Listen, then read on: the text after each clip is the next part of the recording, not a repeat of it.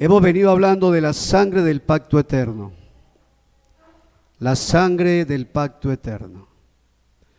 Y ese es un tema central, central en la vida de cualquier persona que desea tener una profunda y verdadera relación con el Señor. Sin la sangre del pacto eterno no hay relación con Dios. Porque la impureza, la inmundicia, contaminó al ser humano. Y solamente es por la sangre pactada en la eternidad, que sería derramada un día en esta tierra, es que seríamos lavados de todo pecado. Pero no solamente lavados de todo pecado, también seríamos liberados de una ley, la ley moral de Dios que nos condenaba. Pero hay un tema extra que hay que tocar y no se puede cerrar este tema sin tocar el tema de hoy. Yo no sé si lo dije el domingo anterior, pero cuando me metí en el tema de la introducción nos quedamos allí y ahí se fue el tiempo, no alcancé a tocar todo el tema. Pero hoy sí lo vamos a ver directamente, se llama libertados de la iniquidad por la sangre. Así se llama el tema de hoy, libertados de la iniquidad por la sangre. Ahora, para adentrarnos en el tema, le invito a que nos hagamos una pregunta.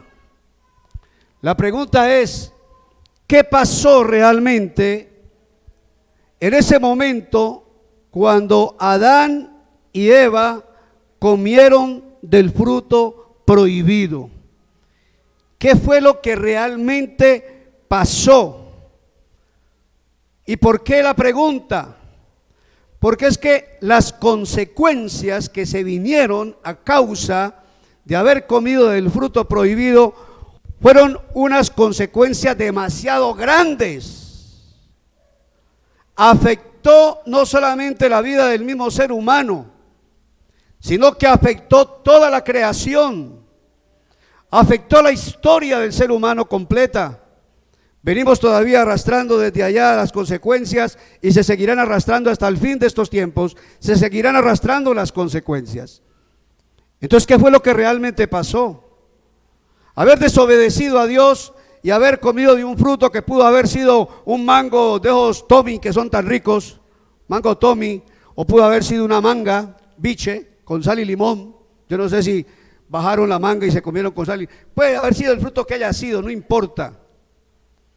Lo que sí es que yo personalmente creo, yo, no lo dice la teología, digo yo, lo pienso, que realmente hubo 3 árboles en el huerto del Edén, 3 árboles físicos, literales, porque el punto no estaba en los árboles, el punto estaba en lo que Dios dijera y que el ser humano escuchara y obedeciera. Ahí estaba el punto, ¿sí? Le creyera, obedeciera y entonces siguiera sus pautas. Ahí es donde estaba el misterio, si podemos decirlo de esa manera. Ahí es donde estaba el misterio. Pero ¿qué fue lo que realmente pasó entonces? Y para poder irnos un poquitico al fondo, vámonos directamente al texto clave para esto, que es Génesis 3:15. Génesis 3:15 nos va a llevar a una respuesta precisa. ¿Cuál fue la verdadera causa? ¿Hay algo más? ¿Hay algo más? Cuando yo comencé la vida cristiana un poquitico antes, yo siempre escuché, estamos separados de Dios. Sí, estamos separados de Dios. El ser humano, bueno, los que ya somos hijos de Dios no, pero el ser humano en general quedó separado de Dios. Listo, quedó separado de Dios. Y, no, pues que vino la muerte eterna, vino la condenación. Y desde muchacho, yo lo digo sinceramente, desde pelado, desde que estaba muy joven en la vida cristiana, siempre me dio vueltas este tema. ¿Haberse comido un mango trajo tanto problema? Sí, eso lo pensaba yo. Haberse comido, bueno, que hubiera sido una guama, pues. Haber comido guama trajo un problema tan grave. ¿Usted qué dice? ¿O la cosa es más de fondo? La cosa va mucho más allá. Y la problemática realmente llegó a ser más grave de lo pensado. Lea conmigo lo que dice allí. y pondré enemistad entre ti y la mujer, entre tu simiente y la simiente suya. Esta te herirá en la cabeza y tú le herirás en el calcañar. ¿Quién está hablando ahí? Está hablando Dios. ¿A quién le está hablando? A la serpiente. Esta es la respuesta simple. ¿Quién es la serpiente? Porque sabemos que las serpientes no hablan. Las únicas culebras que hablan son los ojos de los gota gota cuando llegan a darle piedra a una casa. Esos gota gota sí hablan bien feo. Pero las serpientes, así fuera que caminaran tipo lagarto, esas no hablaban. Entonces, ¿quién es esa serpiente? Pues ya lo sabemos, Apocalipsis 12:9. Vamos rapidito a esa cita para que nos ubiquemos bien con los nombres que allí le da. Y mire, estamos hablando de Génesis 3:15, comenzando apenas el texto bíblico. Y nos vamos a ir a Apocalipsis 12:9, que es Apocalipsis terminando ya casi el texto bíblico. Es decir, atravesando toda la Biblia, aparece una serpiente y atravesando toda la Biblia nos va a decir quién es esa serpiente en Apocalipsis. Y fue lanzado fuera, ¿quién? El gran dragón. Pero ese gran dragón también, ¿cómo se le llama? Ah, la serpiente antigua. ¿Por qué se le dice serpiente antigua?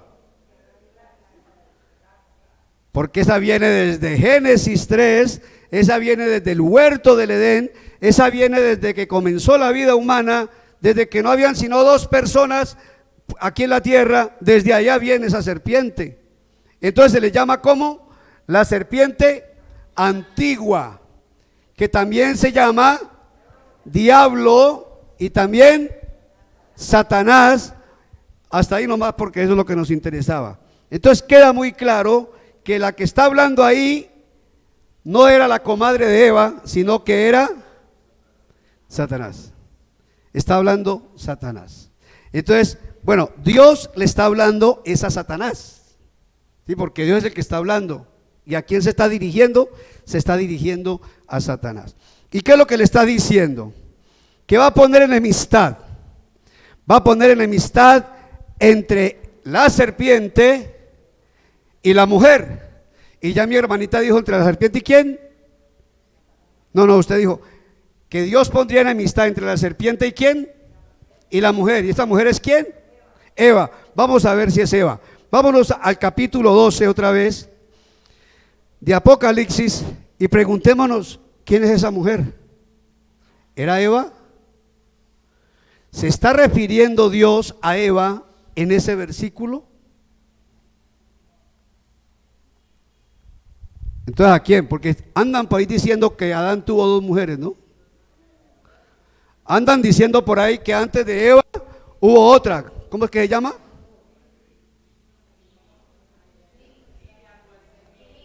¿Lilia? Uy, pobrecita. Lili. Lilith, terminado con D. Con T. Bueno, Lilith, pega la lengua, Lilith. Ya, no sé si T, D, P, Q, K. Dicen que antes de Eva ya había otra mujer. Eso están diciendo por ahí en YouTube. Y están diciendo que ya luego nació Eva. Es decir, que están diciendo que entonces Dios creó un hombre y dos mujeres. O sea que Dios le encartó la vida al hombre desde el principio. Yo no creo. Yo no creo que eso haya pasado. ¿Cómo se dice? ¿Cómo se lee? ¿Cómo? Pregunta. Lilith, termina en T. Lilith, termina en T. Eso es lo que están diciendo.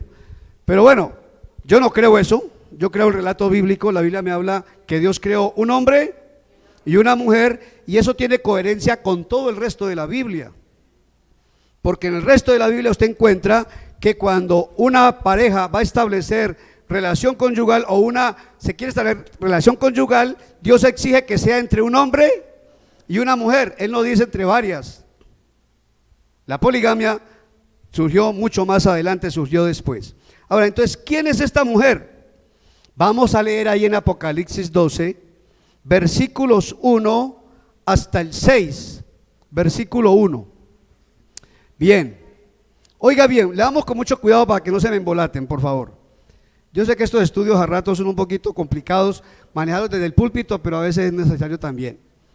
Apareció en el cielo una gran señal. ¿Una qué? Una mujer vestida del sol, con la luna debajo de sus pies y sobre su cabeza una corona de 2 estrellas, la Virgen Santísima. No, entonces no es ni Eva, ni Lilith, ni tampoco la Virgen Santísima. Ah, pero hay unas laminitas por ahí donde la Virgen aparece con todo eso, ¿no?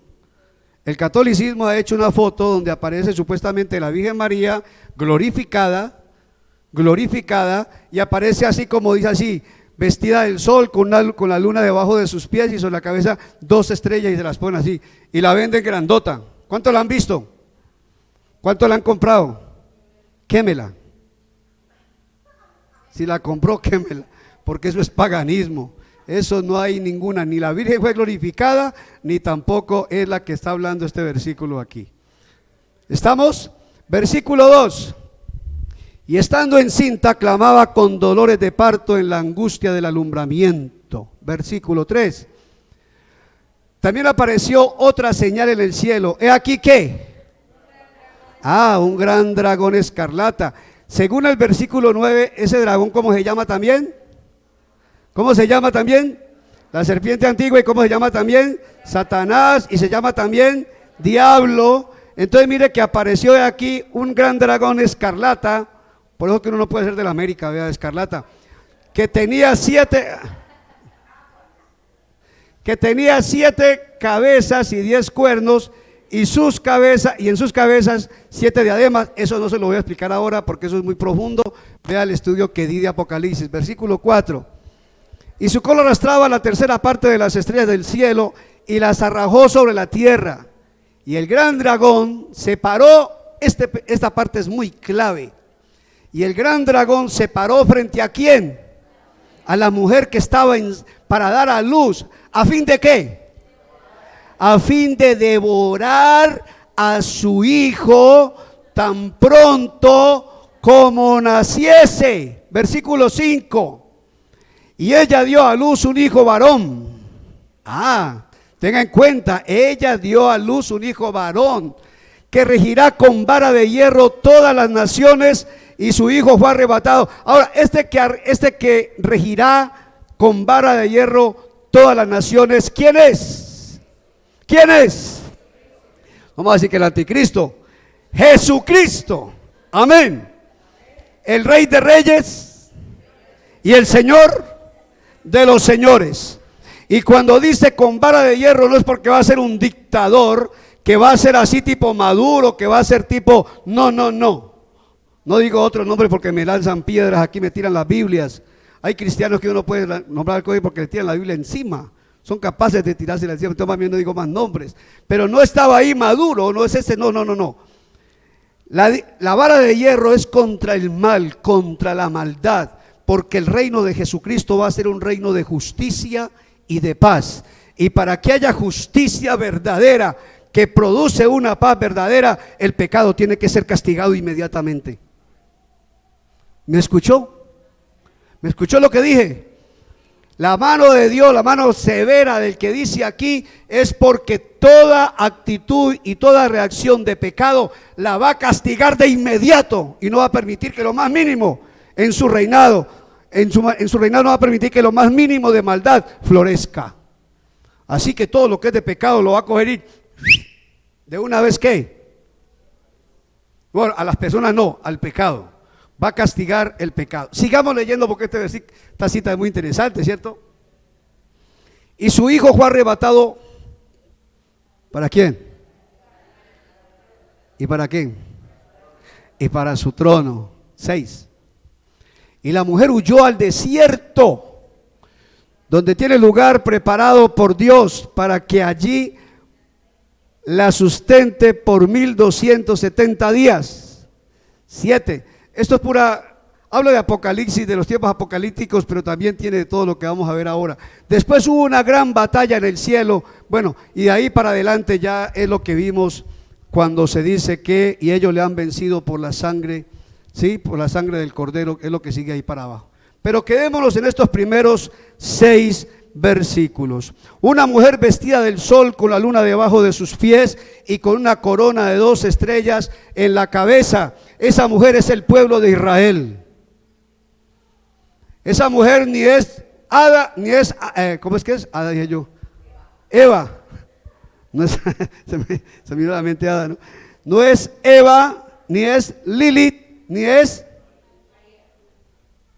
la Virgencita María. No. Esa virgen es el pueblo de Israel. Y el pueblo de Israel estaría encinta, porque a través de Israel nacería, ¿quién? El Salvador, el Libertador. ¿Y quién quiso desde el principio y desde antes de que Jesús naciera, quién quiso devorarlo? Satanás mismo, por medio de sus secuaces, por medio de los instrumentos que él tiene y que manejan los hilos del mundo, que manejan la política y que manejan la economía del mundo. ¿Usted se acuerda lo que pasó cuando los reyes sabios a preguntar dónde nació quién? El rey de los judíos. Y entonces, ¿quién se puso así como todo eléctrico? Herodes se puso terrible, se puso, ¿cómo así? Nació un rey, o sea que me viene la competencia. A esta competencia hay que acabarla. Y entonces le dijo mandó llamar a los sacerdotes, mandó a llamar a los sabios religiosos y le dijeron, venga, dice la Biblia que indagaron profundamente. Uno cree que fue que ellos tocaron la puerta, ¿dónde nació el rey? No, aquí no es, y se fueron. No, así no fue. Ellos llegaron, primero pues llegaron de Herodes, había que llegar con una corte y toda la cosa, había que llevarle regalitos. Usted sabe cómo son los políticos, ¿no? Que hay que llevarle la botella de champaña, hay que llevarle la de whisky, toda la cosa. Entonces, para que lo reciba. Luego le pregunta, vea, ¿dónde nació? ¿Cómo así que un rey? Entonces se preocupa y dice, llámeme a los sacerdotes, a los superiores y pregúntemosle. Y ellos sí sabían. ¿Y qué dijeron? En Belén de Judea habría de nacer. Y este muchacho, este hombre se estremeció y dijo, ¿cómo así? Aquí mismo me lo van a montar en mis propias narices. Y como dijeron, entonces luego le dijo a los sabios, después de que ya almorzaron, se comieron el pavo y la lechona, porque eso fue de día, eso no fue así de pasón, eso fue de días. Entonces les digo, vayan y entonces adórenlo y me avisan dónde está para que yo vaya y ¿qué? Y le adore. ¿Esa era la intención de él? No. La intención era dónde está para así chiquitico coger y bajarlo de una vez. Entonces, ¿qué es lo que hay ahí? La boca del gran dragón abierta, esperando que la mujer dé a luz. ¿Para qué? Para devorarlo. ¿Y Dios qué hizo? Le habló a José y se fueron. ¿Hacia dónde se fueron? Se fueron a Egipto.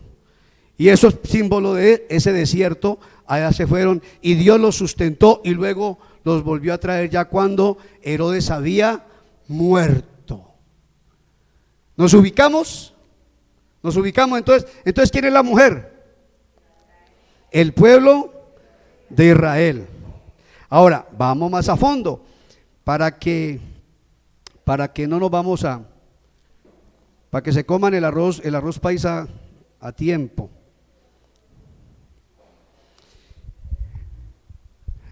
Ahora, volviendo al pasaje de Génesis 3:15, ya tenemos resuelto, primero, Dios está hablando a la serpiente, y la serpiente es Satanás.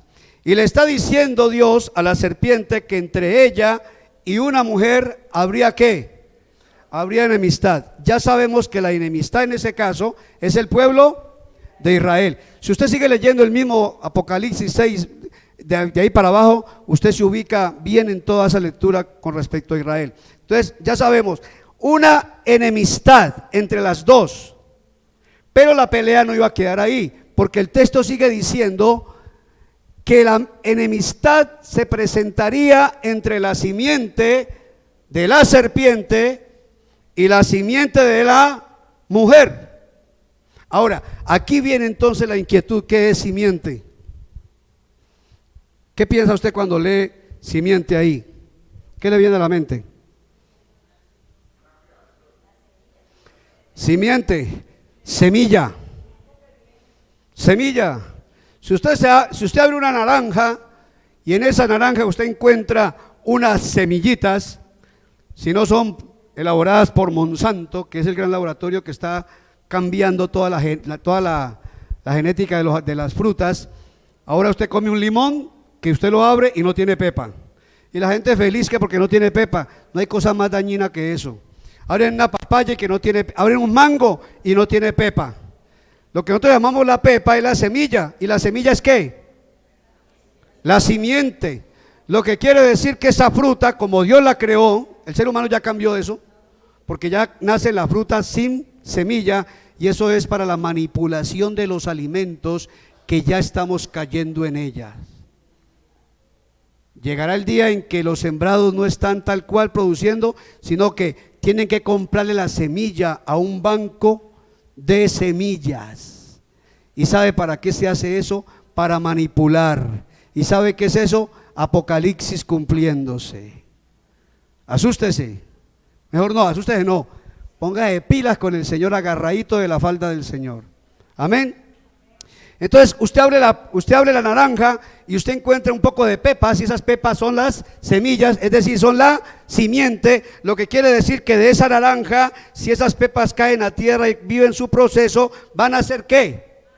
Otra matica, ¿de qué? ¿De mango? No, de naranjas. Entonces, la simiente de Satanás, ¿cuál sería? ¿Y cuál es la simiente de la mujer? La simiente de la mujer ya sabemos quién es. No. Volvamos a comenzar. Buenos días, hermanos, ¿cómo están ustedes? Padre, no. Dije, la simiente de la mujer, ¿quién es? ¿La mujer es quién? Israel. La simiente de la mujer, ¿quién es? Jesucristo, porque por Israel nacería el Salvador. Amén. Entonces, ¿cuál es la simiente de Satanás? Ya sabemos que la simiente de la mujer es Cristo. ¿Cuál es Yo me salgo mucho y luego me regañan porque no aparezco en la pantalla. La simiente de Satanás es la semilla que él iba a reproducir en el ser humano, o lo que él reproduce, y se llama iniquidad, la maldad. Lo que pasa es que cuando uno dice maldad, son muy sinónimos, pero la raíz de fondo, la que va más al fondo, es iniquidad. La palabra iniquidad viene de jabones Avon. No, mentiras, lo que pasa es que la palabra es igualita, A-V-E-O-N, Avon. Avon en español, Avon en griego o en hebreo. No, Avon en hebreo quiere decir iniquidad. Iniquidad quiere decir lo torcido, lo pervertido, lo podrido, lo dañado. Todo lo que es porquería está en la palabra iniquidad. ¿Y dónde nació la iniquidad? ¿Cuál fue el origen de la iniquidad? El origen de la iniquidad estuvo en el querubín lucero. Acuérdese que el Padre, hablando con querubín, cuando se revela contra Dios, primero lo describe y dice que él era, ¿cómo era? Dice, perfecto eras en todos tus caminos. Es decir, era un querubín que andaba en justicia, andaba en la voluntad de Dios. Dice, perfecto eras en todos tus caminos, hasta que Dios lo creó perfecto y él venía siendo perfecto, pero un día cuando se sintió que tenía tanto, que podía ser igual a Dios y podía establecer la competencia a Dios y poner un trono al lado del de Dios, cuando él creyó todo eso, dice la Biblia que eso pasó porque aquí adentro, de donde salen las cosas buenas o malas, según el tesoro que tengamos, de aquí adentro dice que se enalteció en su corazón. Se enalteció. ¿Qué es enaltecer? El orgullo elevado a la máxima potencia. Un orgullo que él creyó, yo lo digo de esta manera, se miró al espejo y dijo: yo tan lindo, yo tan grande, muy parecido a mí en ese sentido antes de que cayera, así acuerpado, alto, ojos azules, pelo rubio, ¿sí? Entonces él dijo: yo tengo mucho, yo por qué tengo que servirle a Dios, más bien que nos sirvan a los dos. Entonces él creyó que podía ser igual a Dios. ¿Qué se le olvidó a Querubín en ese momento? ¿Qué se le olvidó? Primero se le olvidó que ¿quién lo creó? No era eterno, había sido creado. Primero, ¿qué más se le olvidó? Que todo lo que tenía Dios se lo había dado y que fue creado para la gloria de Dios. Eso pasa por ahí cada rato, ¿cierto? Eso pasa por ahí cada rato. Algunos que tienen alguna capacidad intelectual más o menos, que tienen algún pesito más o menos, que han podido estudiar más o menos, que se han comprado su carrito más o menos, y ya se sienten que se crearon ellos mismos. Y ya se sienten que el mundo tiene que ponérsele a los pies. ¿Pasa por ahí o no pasa por ahí? Y no tenemos que hablar de Shakira, ni de Cristiano Ronaldo, ni de Messi, ni nada. Podemos hablar de cualquier hermanito por ahí que porque se ganó un pesito más ya cree que puede más que los demás. Y ya cree que los demás tienen que ir a limpiar los zapatos. Cuando usted sienta eso, diga: ay, la semilla del diablo está fluyendo. ¿Oyó? Cuando sienta eso, diga: ay, no, yo cierro mi corazón a eso. Y lo contrario a eso, ¿cuál es? ¿Qué es lo contrario a la altivez? La humildad, que tampoco es rebajarse. La humildad no es arrastrarse, yo, este pobre gusano que no merece. No, nada de eso. La humildad es decir: Señor, tú me creaste, me hiciste bello como soy, gracias, Señor, y me diste estas capacidades, tú lo hiciste todo, la gloria es tuya.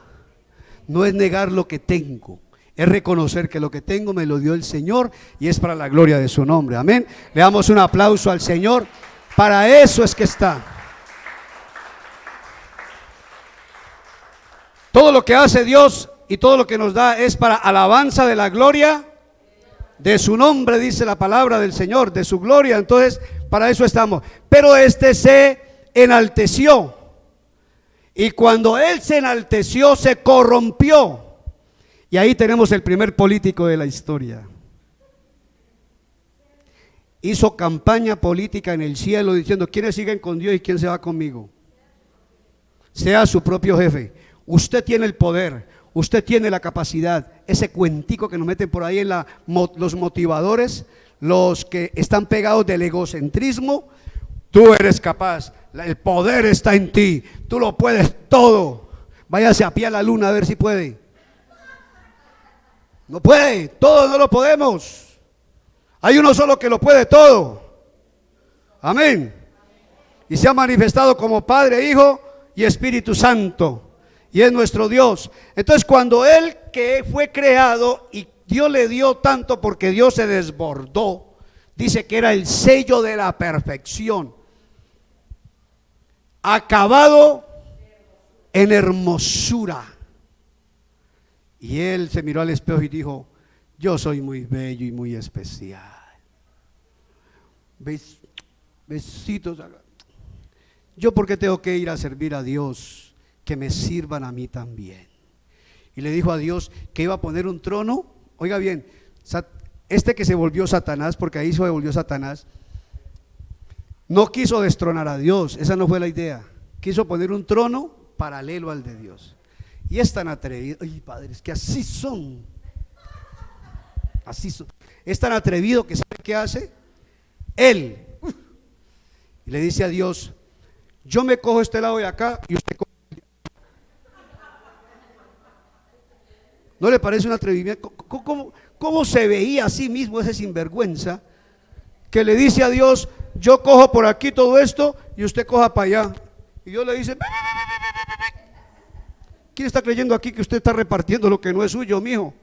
Si todo lo que existe es mío. Y yo comparto mi gloria, porque alguien dice que yo no comparto mi gloria con nadie, no. Dios sí comparte su gloria con los humildes de corazón. Él comparte su gloria, pero con el que es altivo, lo mira de lejos. Y ahí viene todo ese juicio y lo saca. Entonces, ¿dónde nació la iniquidad? ¿Cuál fue el origen de la iniquidad? El interior de querubín lucero, ahí nació. Cuando él se pervertió y cuando hizo campaña en el cielo, y fue tan efectiva la campaña, por eso póngale cuidado ahorita que viene la posición ahora, para estos días, mucho cuidado con eso, porque fue tan efectiva la campaña de Satanás en el cielo, que se vino con una tercera parte de los ángeles. ¿Cuántos ángeles creó Dios? ¿Cuántos? La Biblia habla de millones de millones. No nos dice cuántos, pero entonces una tercera parte, que es dividir todo el grupo en tres y coger una tercera parte, tiene que ser muchos, tiene que ser también miles o millones de millones.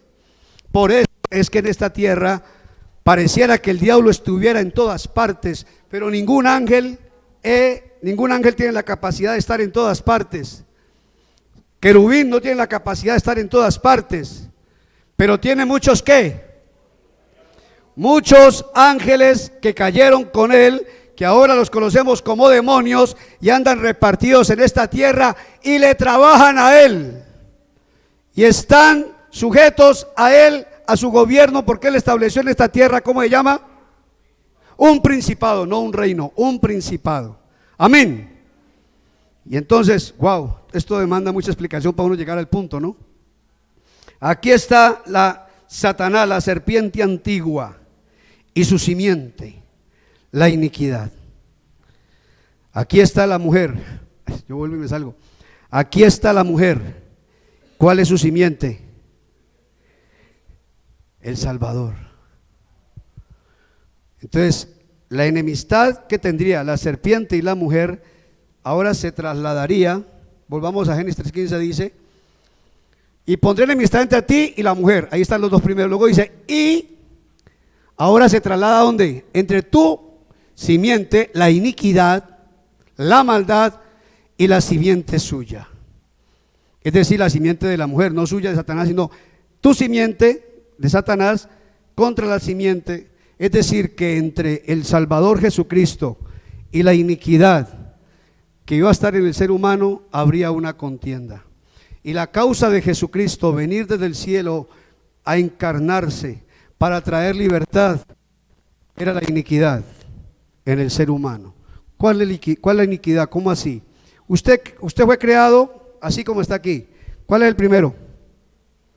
El principal. ¿Cómo fue creado usted? Espíritu, alma y cuerpo. Cuando el ser humano fue creado así, fue creado para ser templo de Dios. Cada ser humano fue creado para ser templo de Dios. La relación del ser humano con Dios, ¿cómo sería? De espíritu a espíritu. Dios es espíritu. ¿Para qué te dio un espíritu? Para que tú tengas una comunión con Él mediante tu espíritu. En esa comunión es lo que equivale a que el Espíritu de Dios moraría en el ser humano. Ejemplo de eso es el tabernáculo. ¿Se acuerda del tabernáculo de Moisés? Bueno, que construyó Moisés, que Dios ordenó y que Moisés construyó, ¿se acuerda? Que tenía 3 espacios. Ayúdenme que yo esto los tengo a ustedes cansados ya con esta información. ¿El primero cuál es? No, de afuera para adentro. Los atrios, ¿cuáles son los atrios? El antejardín, todo el solar. En medio del solar había una casita de 2 cuartos nomás, sin baño, ¿no? No tenía ni lavadero ni nada de eso, eran solamente 2 cuarticos. Entonces, el atrio es lo que rodeaba esa casita de 2 cuarticos. El primer cuartico, ¿cómo se llamaba? El lugar santo. Y el tercer cuartico, ¿cómo se llamaba? El lugar santísimo. Y cuando Dios se manifestaba al pueblo de Israel, ¿dónde lo hacía? ¿En el atrio, en el lugar santo o en el lugar santísimo? En el lugar santísimo. En el ser humano, el cuerpo son los atrios. En el ser humano, el alma corresponde al lugar santo. Y en el ser humano, el lugar santísimo corresponde ¿a qué? Al espíritu del hombre. Entonces la relación de Dios con el ser humano es de espíritu a espíritu, y usted y yo fuimos creados para ser templo del Espíritu de Dios. Entonces, ¿qué fue lo que pasó? Que Dios crea, este es un detalle bien importante, por favor téngalo en cuenta, esto que le voy a decir, téngalo en cuenta. Cuando Dios sopló en Adán y Eva, o en Adán primero, aliento de vida, no le dio su espíritu, le dio aliento de vida. Y el aliento de vida vino a ser la vida del cuerpo, la vida del alma y la vida del espíritu. Eso ya lo mostramos en otra predicación. Pero ese ser humano, para llegar a ser hijo de Dios, tenía que vivir un paso más allá.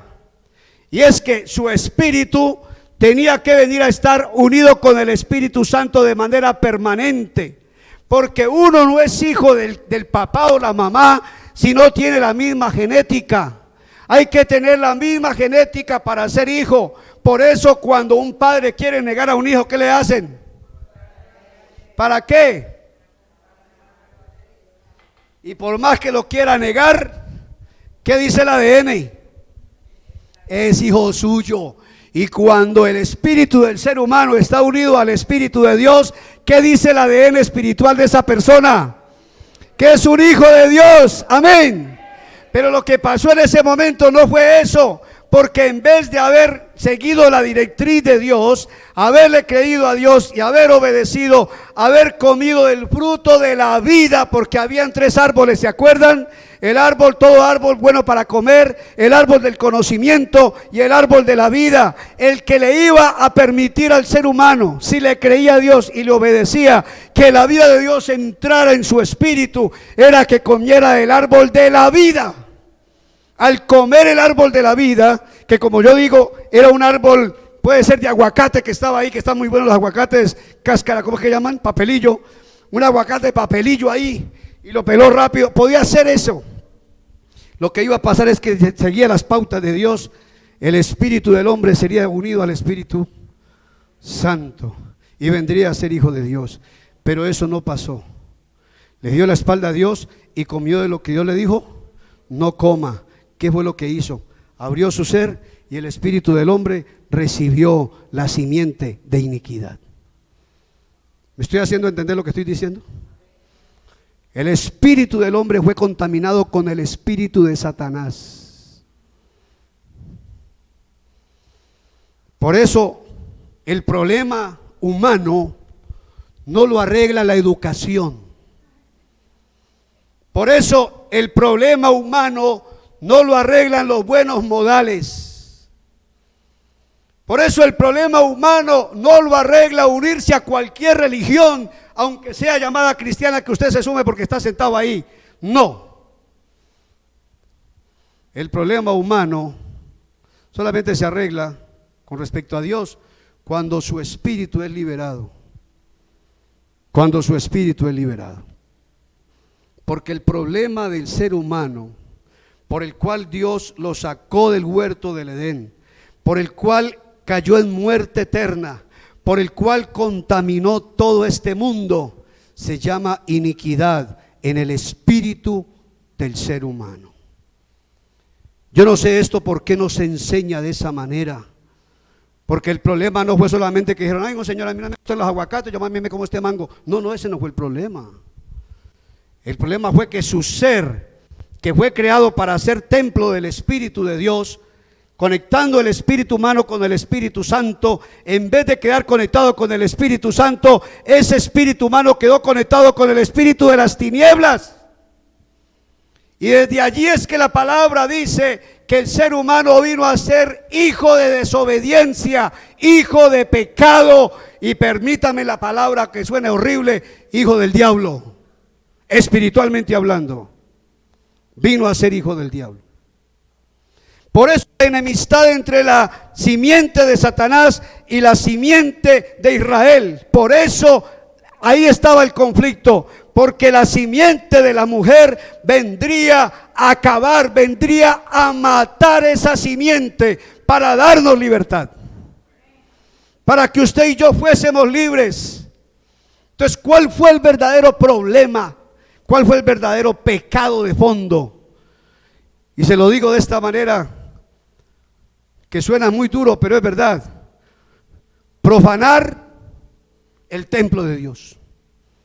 Es decir, profanar su ser, porque no solamente el espíritu, todo el ser es templo, solo que Dios se manifiesta en el espíritu.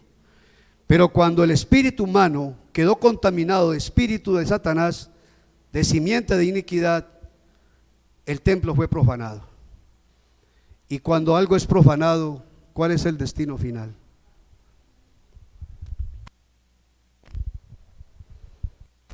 Cuando algo es profanado, ¿el fin cuál es? ¿Cómo se acaba? Destrucción. Cuando usted entiende el problema de fondo, usted dice: wow, ahora entiendo por qué el juicio de muerte. Porque si yo fui creado para ser templo del Espíritu de Dios, ser templo de Dios, pero mi ser quedó contaminado con espíritu de las tinieblas, ¿acaso la cosa no es grave? ¿No es grave? Por eso esto no se arregla con educación, por eso esto no se arregla con religiosidad, esto no se arregla sentándose en una silla en una congregación. Esto se arregla cuando usted reconoce a Jesucristo como su libertador, realmente. Ahí es donde se arregla el problema. Y mire que sigue diciendo que la pelea iba a estar: esta te herirá en la cabeza. ¿Cuál es esta? La simiente de la mujer. La simiente de la mujer, que sería Jesucristo, te herirá en la cabeza. Y tú, hablándole a la serpiente, le dice a la simiente de la serpiente, ¿qué haría? Y tú le herirás en el calcañar. Y todos sabemos que una herida aquí en el calcañar, que es este músculo que está aquí, que cuando, si esto se cortara, uno quedaría sin poder separar. Sí, no me acuerdo cómo se llama ese tendón allí. Aquiles. Le llama el tendón de Aquiles porque Aquiles fue derrotado por eso. La mitología habla de un guerrero que era tan fuerte que no encontraban cómo derrotarlo, y la única manera fue pegarle un lanzazo aquí. Entonces, claro, al cortarle él perdió el equilibrio, iba montado en el carro, se vino de espalda y se mató. Entonces de ahí viene el nombre de talón, el talón de Aquiles, por eso es que viene el nombre. Y esa herida duele, afecta. Seguro que hasta muleta hay que colocarle, porque ya con ese tendón cortado, seguro que tiene que andar es con muleta, ¿verdad? Pero ¿se muere? No se muere. Y la herida que le haría la simiente, es decir, la iniquidad, la misma maldad a Jesucristo, lo que iba a llevar a que Jesús, para poder liberar al ser humano de esta iniquidad, lo que tendría que sufrir sería algo mínimo, porque Jesucristo dice que la simiente de la mujer luego ¿qué haría? Pisaría la cabeza. Y cuando le pisan la cabeza a cualquier animal, ¿qué sucede? ¿Vuelve y se levanta? No, Jesús fue mordido en el calcañar, por decirlo de esa manera, cuando Satanás, con toda la religiosidad y todo eso, lo llevó a la cruz y murió. Pero ahí no se quedaba el asunto. ¿Jesucristo qué? Resucitó, y la resurrección fue la pisada a la cabeza de la serpiente, la pisada a Satanás. Amén. Ese fue el momento donde le pisó y le dijo: tú me heriste, pero yo te piso la cabeza y te acabo. Entonces mire esto, hemos aprendido que la sangre de Cristo Jesús nos limpia de todo pecado. Amén. Y yo lo digo para mí, no lo he leído en ninguna parte, lo digo para mí. Una sola gota de la sangre de Jesús en su perfección hubiera servido para lavarnos todos los pecados. Yo creo eso, porque era la sangre perfecta del Hijo amado de Dios, que ya con encarnarse ya ha hecho bastante. Pero entonces, ¿por qué fue hasta la muerte? ¿Por qué la sangre se derramó de manera total hasta que murió? Porque cuando el Padre Celestial puso a Jesucristo como tu representante, era como que a ti te puso en él. Y para no matarte a ti, ¿qué hizo? Puso a Jesucristo para que muriera en tu lugar. Y la muerte libera de todo esto. Y entonces la muerte de Jesús por ti es la libertad de la iniquidad. Por eso cuando nosotros venimos a reconocer a Jesucristo como nuestro Salvador, no solamente estamos diciendo: Señor, límpiame de todos mis pecados.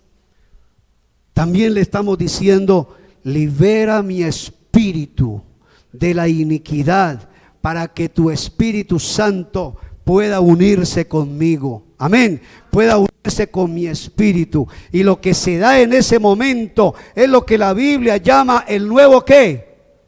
El nuevo nacimiento. Si por Adán y Eva se vino toda esa iniquidad contaminando el espíritu, Romanos 5:12 dice que por el pecado de uno entró el pecado en el mundo. Por la desobediencia de uno entró el pecado en el mundo, y por el pecado entró la muerte. Ahí lo dice: como el pecado entró en el mundo por un hombre, y por el pecado la muerte, así también la muerte ¿qué? Se le transmitió la semilla que Satanás le pasó a Adán y a Eva. Adán y a Eva. Ahora en la descendencia esa semilla se vino de ser humano en ser humano, porque dice que así el pecado, el mundo por un hombre, y por el pecado la muerte, así la muerte pasó a través de todos. El texto original dice que a través de todos los hombres. A través quiere decir que no fue por el ladito, no fue que la vi que pasó y wow, qué cosa tan fea. No, fue que pasó, entró en todos. Y por el pecado la muerte, por cuanto ¿qué? Todos pecaron. Pero yo no estuve allá. Desde allá viene la semilla. Pero desde que Jesucristo vino y murió. Morir implica que toda su vida se vació de su ser. La vida física de Jesús se vació completica. ¿Cómo se vació completica? Por medio de la sangre. Porque la vida está en la sangre. Al vaciarse la sangre, que es el conducto, entonces se vació la vida y Cristo murió. ¿Y para qué murió Jesús? Para hacerte libre de la iniquidad. Por la sangre del pacto eterno, usted y yo somos libres de la iniquidad. Porque arreglar el problema del pecado no era suficiente lavando nuestros pecados.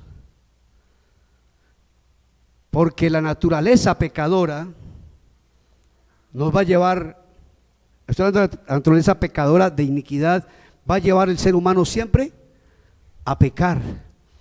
Entonces, supongamos, si hay una persona que consume licor, le gusta tomar aguardiente, ¿le arreglamos el problema si mandamos a cerrar todas las tiendas de licor? El alcalde dice: se cierran todas las tiendas de licor, y le dice a la licorera del Valle: no más aguardiente. ¿Se arregló el problema? No, el pecado, el vicio está en la persona. ¿Y qué va a hacer la persona? Se va para la casa y coge caña, la exprime y hace su propio licor, que son los alambiques caseros. Y si no le dan licor así, ¿sabe qué hacen? Van y compran alcohol con el que usted se limpia las heridas. Hacen el chirrinchi. Y cuando usted ve esos viejitos que ya frente a mi casa donde yo vivo, hace poco tuvieron que llevar a un anciano a un centro de rehabilitación porque él vive solito y estaba consumiendo tanto, entonces los familiares se lo llevaron, porque a lo último él lo veía uno vecino muy amable y todo, como vivía solito: regálame 5,000 pesitos, alguna cosa, bueno. Y uno a veces pues la miseria. Cuando me di cuenta que el viejito, cuando lo veía con una botella de alcohol, yo no sabía para qué, yo pensé que era que pronto alguna herida se estaba limpiando. la herida de adentro que tenía en el estómago, la estaba calmando, sería tomando licor comprado en droguerías. Perdón, alcohol, gracias niña, está concentrada, la única de todo, man. Consumiendo alcohol. Entonces, ¿el problema se acaba con cerrar los negocios de licor? No. ¿Qué hay que hacer? Hay que liberar al hombre de la adicción. Y así hayan tiendas abiertas, si ese hombre liberado de la adicción, ¿qué va a hacer? Ya no va a consumir. ¿Qué hizo Dios con nosotros? No solamente nos lavó los pecados. Imposible para Dios cerrar todos los negocios de pecado. Bueno, imposible no, pero Él respeta la decisión humana hasta que llegue el día del juicio. Él respeta eso, o sea que los negocios siguen abiertos. Pero ¿qué hizo? A través de Jesucristo, a través de su muerte, que es mi muerte, porque Él me representó, yo morí con Cristo. Entonces ahora ¿qué hizo conmigo? Me liberó de la naturaleza pecaminosa, para que ya el pecado no me domine. Oiga bien lo que le voy a decir. Cuando un cristianito anda por ahí enredadito, metiendo las narices donde no debe meterlas, no diga que es el diablo. El diablo sí está operando afuera en el mundo. Le tiene todos los burdeles y le tiene todos los metederos que la gente quiera. El diablo de afuera. Pero el cristianito, su espíritu ya está libre. El Espíritu de Dios mora con su espíritu. Es decir, que Satanás ya no lo domina desde adentro. Esta persona no es esclava del pecado ya. Tiene una naturaleza humana que hay que seguir trabajando porque esa queda adicta y hay que trabajarla. Pero no es controlado por Satanás desde adentro. Ya fue liberado. Ahora, ¿qué hizo el Padre? Cuando nos unió a nosotros, el Espíritu Santo lo unió con nuestro espíritu, lo hizo para darnos la vida misma de Dios. Y cuando una persona cree lo que la palabra dice, se pega de lo que la palabra dice, puede decirle: Espíritu Santo de Dios que moras en mi espíritu, que el Padre tome control de esto, que Jesucristo tome control de esta humanidad, ya no del pecado de iniquidad, porque de ese ya fue liberado por la muerte de Cristo. ¿Me hago entender lo que estoy diciendo? Los tengo enredados. Venga uno y ore aquí a ver si ora bien. Porque una cosa es que yo le diga: Señor, gracias, porque la sangre de tu Hijo amado me limpia ¿de qué? De todo pecado. ¿Sabe qué puedo decir también con toda certeza? Gracias porque por la sangre de tu Hijo, que fue su vida derramada, yo soy libre de la iniquidad. Mi espíritu ha sido liberado. Pero además de eso puedo decir una tercera muy importante. Gracias porque por esa sangre que se derramó hasta la muerte de Jesús, yo soy libre de la ley, para que la ley no me condene. Amén. Le damos un aplauso al Señor. Bendito es Jesucristo. Por eso lo amamos, por eso lo adoramos, por eso lo exaltamos.